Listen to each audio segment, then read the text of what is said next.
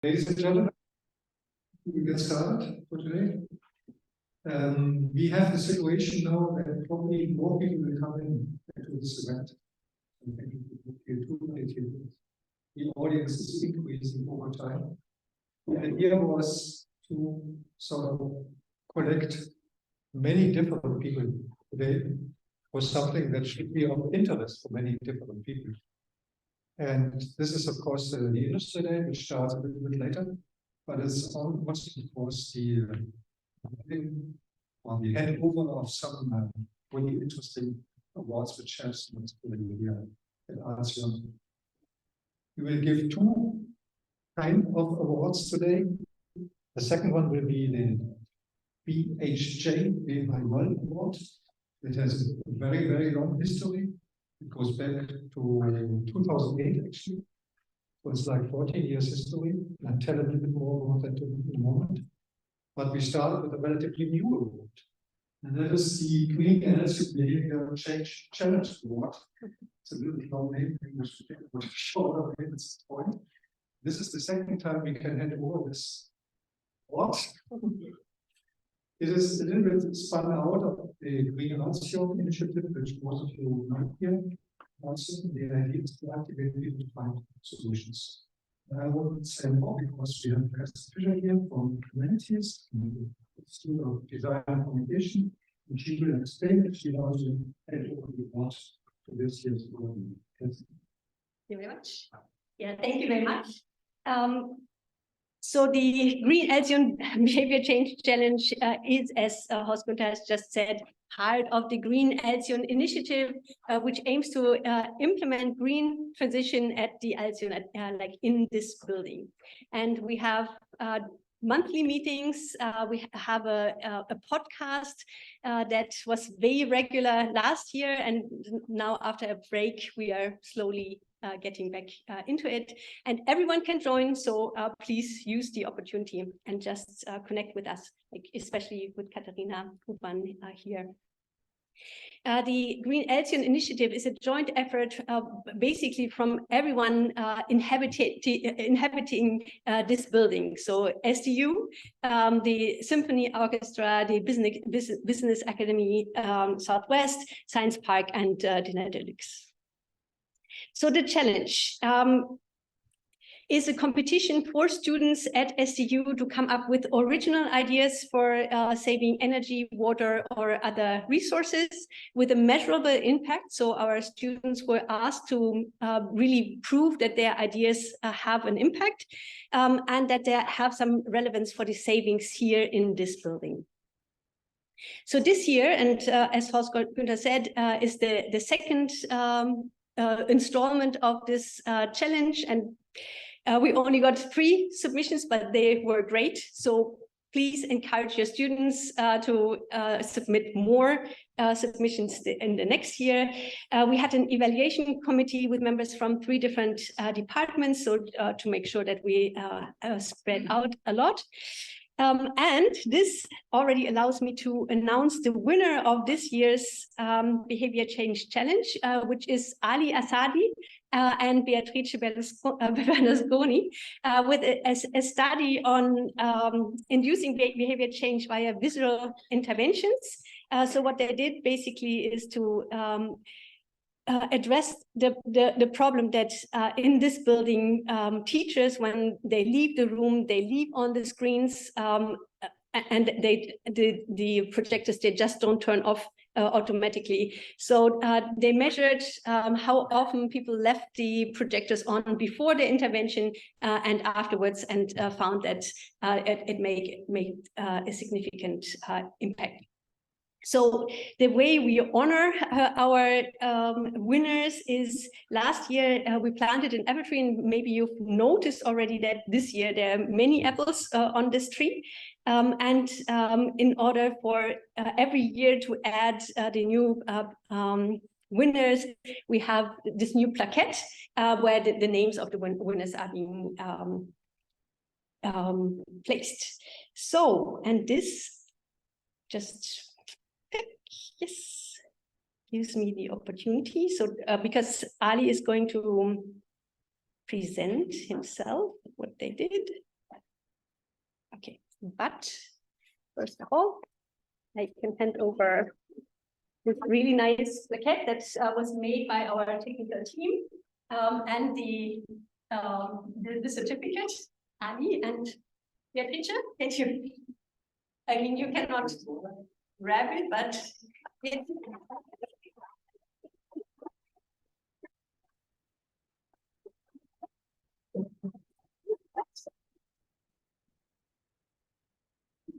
there's one waiting for you as well, Beatrice, when you're here the next time. So Beatrice is stepping in from Rome at the moment.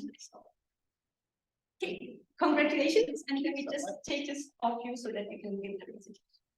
Thank you. Okay.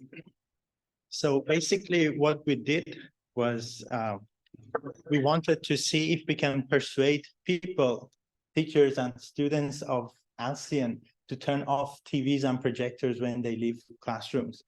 And the problem that we noticed was that we observed that every time we go to lunch or we are going home, we see that there are TVs and projectors on. So we thought that maybe we can do something. And another thing is that we observed that turning lights or TVs on and off is actually a complicated thing, because the switch plates that we have are different from classroom to classroom and are really hard to operate. So we thought to address, you can see 3 examples of 3 different switch plates, and you have to stand there and wonder which one should I press next. Yeah, so what we did was that for a week, we counted simply the number of TVs and projectors that were left off or on in the classroom. And then we put some interventions in the classrooms, and then we counted the number of times that people just turned off the TVs and projectors after the interventions, just to see if the interventions are successful or not. And oh yeah. Okay, I think it's going forward automatically. Yeah, some examples of our interventions are that we first thought that we can have just model of switch plates in different classrooms and just help students notice which button to press to turn off the devices. And the middle photo is a reminder on the teacher's desk like this. And the third one is something just for fun that we put by the entrance of the classroom. So when students or teachers are leaving the classroom, they can see it. Yeah, and the results showed that after our interventions, a lot of TVs and projectors were off. As you can see, only once a TV was turned on, was left on in a classroom. So yes, and we did some calculations. For example, we have basically Sony TVs and Sharp TVs in here. We, on the website, we read that they consume about 150 watt-hour. For the TVs and the projectors consume 300 watt-hour. So every hour that they are on, they consume a lot of energy. And yeah, you can see that, for example, if one TV is left on, overnight, you can charge around 100 iPhones with that. So, yeah. Thank you.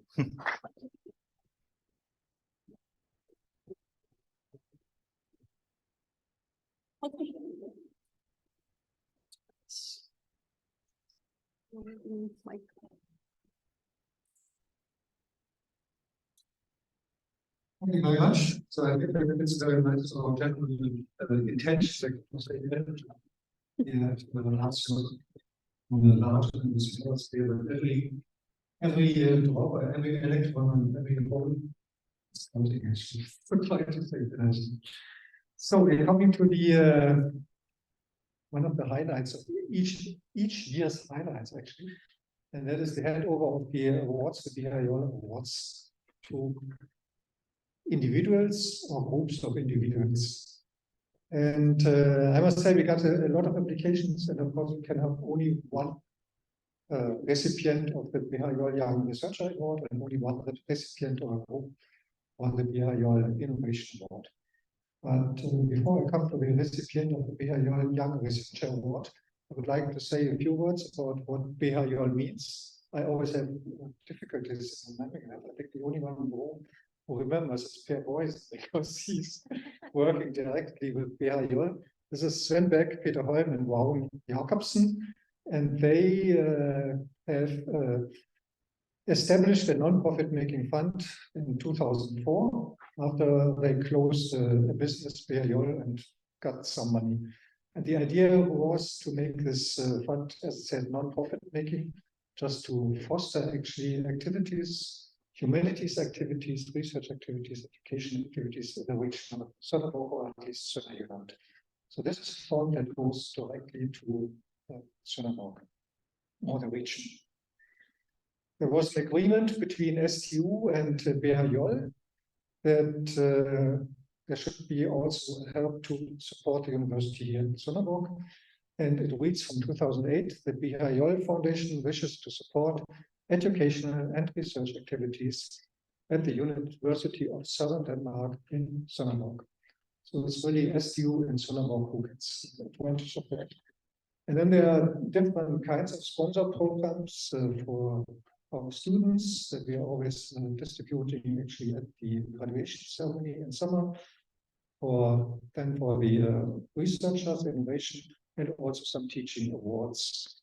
And I think somebody here got also the teaching award this year. Clarissa. But that was a little bit earlier this year, actually. Now we come to the first one, that is the Young Researcher Award. And of course, this is like an Oscar handover. You have to wait a little bit. I have to say a few more words.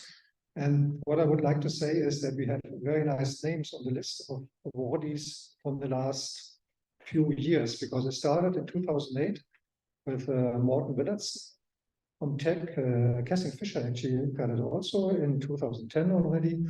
And then it went on for some people here who know these people. Benny Lassen got one, Ferran Jonas got one recently. So lots of names, lots of good names, showing that we have very strong researchers here in Söderborg. So this award will be the award number 16 for the BHJ Young Researcher. The Innovation Award started actually in 2018, so this will be the award number 5 only. It's called the Young Award. And I will tell a little bit more about the Innovation Award in a moment, but I just want to mention that the first Innovation Award went to a group of people. It was IRCA, Innovation Research Cluster Artium, and we had representatives from humanities and from tech. And again, Kerstin was part of that. Sergey and Oliver was also part of that. Afterwards, he moved from home to tech. Yes, so there's some effect of this award. But now let's come to the first award, and that's the Young Researcher Award. The criteria for this award are: the awardee should have published extraordinary research results within the last 2 years, opened up a new area of research and development with special relevance for the area here, helped to develop the society in Söderborg. So some research and development with strong overlap to the Söderborg area. As I said, we got a number of really good applications, but we can give only one award. And the lady which gets the award is definitely somebody who deserves the award, and pretty sure. But there have been other awardees who also deserve the award. I would like to mention that this program is continuing, so we will also have more next year. And I would like to ask everybody actually to apply for that award. The more people apply, the better. The selection is, of course, also the more difficult selections. So now, after this long talk, the awardee of this year's award is Clarissa. Congratulations, Clarissa.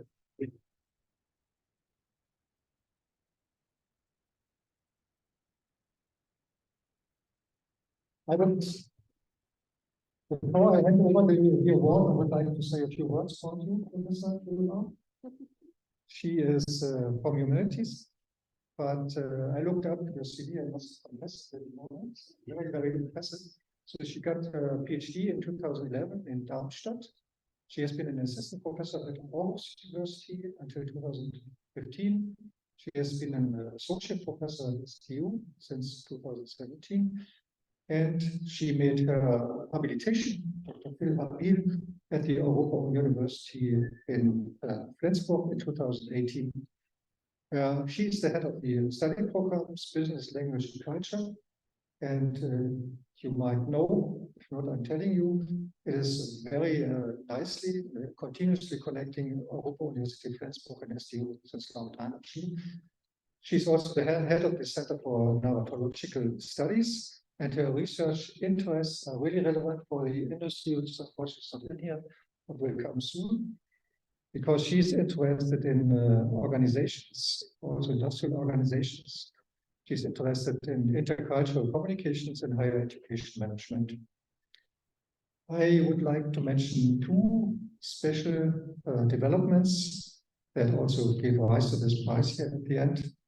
And one is the co-founded research program Organizing Social Sustainability, which bridges humanities and social sciences, and it aims to investigate sustainable conditions for the organization of meaningful work and learning experiences. That sounds really, really relevant and sounds like something that all local industries should be interested in. The second thing I would like to mention is that she is a co-editor, there's one other editor at Europa University of Flensburg, of a journal that's called Cultural Practice, and that's a difficult word, Europeanization, in short, CPE. And this helps also to foster and support an intense research collaboration between institutions and so lots of developments, lots of achievements. Congratulations, Clarissa. Now I have to put that down and I'd like to hand over to you.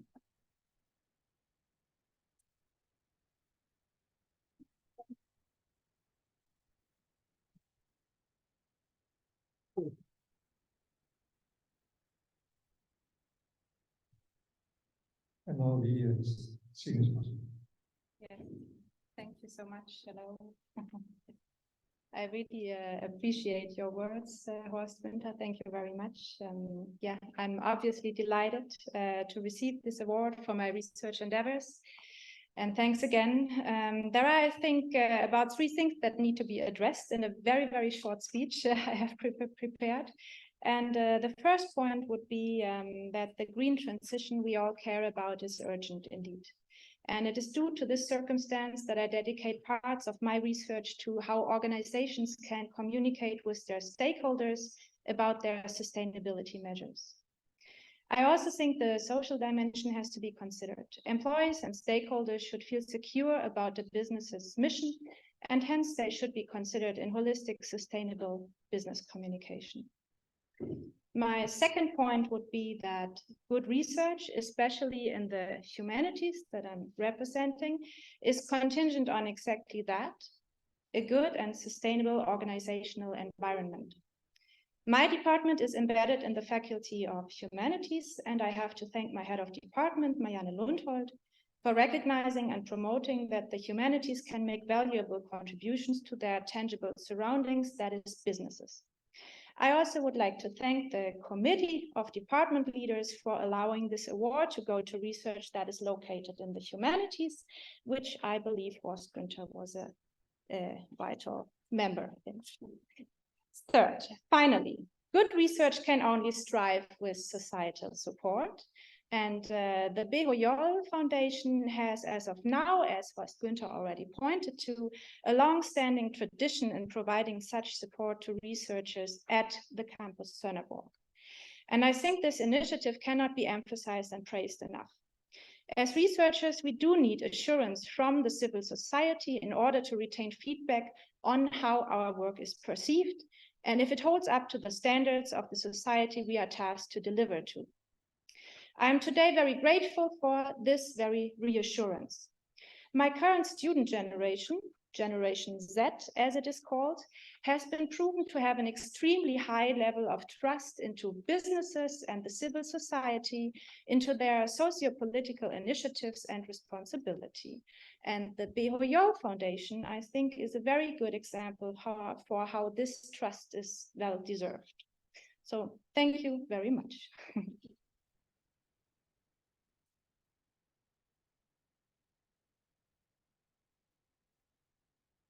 Thank you very much, Professor. Thanks a lot for these nice words. I come to the second award. The second award is an innovation award, and it's given for a recipient who has actively transferred research results into innovative technologies, being an excellent ambassador for innovation and entrepreneurship in that direction. Since innovation is something that usually is cross-disciplinary and even cross-faculty, in many cases, it is very natural that there were also some group applications. And the BHJ Foundation has realized that. And so we can give an award, which is sort of from the amount of money that is given, is simply divided into how many people are applying. So essentially, you can be a very big group applying for the innovation award. You can be a single person, just depending on the level of your innovation, how much you think that this should be awarded, actually. This year's award goes to an initiative which is unfortunately not cross faculties as the first one in 2018 was, but at least cross institutes. And that's also good. And definitely cross disciplines, because the disciplines we are covering here is, I just wrote it down, it's microscopy, microfluidics, machine learning, mechanics, digital manufacturing, and nanotechnology. And this is an initiative that helps or has been founded to help increasing and accelerating digitalization in the healthcare sector. And that is actually in itself a really good goal, and a really interesting goal, because as you know, in Odense, the Odense University Hospital is moving to the university. There will be, or there has been founded a new faculty of health, also in Odense. There will be a lot of more intense interaction in Odense between the hospital and the university. Fortunately, that is also happening here in Sonneborg, although we have not a hospital moving to us because the hospital is just on the other side. You can see it. So it's very close here. And in the recent 3-4 years, we have witnesses an increased interest of hospitals in whole southern Denmark to interact with us and to go in research and development projects. So there's also a very active hospital in Esbjerg, of course. There's one in Svendborg. There's one in Copenhagen, of course. There's the one here in Svendborg. So there are lots of hospitals, and it's very important that we are aware of these opportunities to foster innovation in the healthcare sector, which is relevant for whole society. This initiative has been started by 4 people, and these 4 people are the 4 winners of the Innovation Award 2022.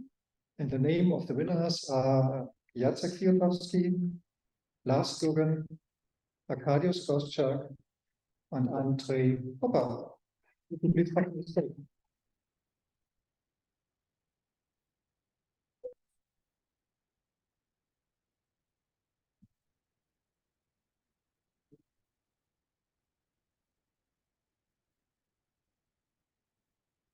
So congratulations, gentlemen, and of course next year we should change the gender. Here are the awards.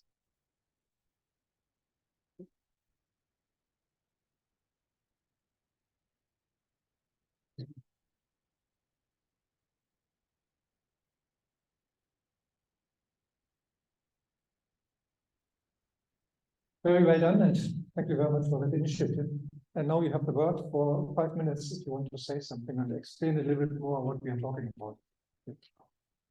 Thank you, Holgita. So on behalf of the entire team, I just wanted to say once again that we are very grateful for recognizing our activities. Indeed, we talked today a lot about some initiatives. We had a very first initiative coming from us, actually was called the III Intelligent Imaging Initiative. That's how we started our cross-institute, cross-department collaboration, which indeed bringing a lot of competences spanning from nanotechnology through mechanics, engineering, microfluidics, clean room technology, etc., etc. And then thanks to that, we are able to collaborate with quite a lot of number of partners, industrial partners here, but also hospitals, which brings us actually to a lot of new projects, new tangible outputs, which are existing prototypes, products, software solutions. But I should actually maybe mention one more thing, which actually Lars will definitely support a lot, is actually our educational lines, didactics, because huge part of this innovation is actually, a big part is education, that we actually, through those activities, we're educating a lot of people, I would say a new cohort of researchers and researchers which are dealing now with new technologies and so on. So this is actually one of the biggest achievements through this initiative. Thank you once again. I hope 5 minutes is the case.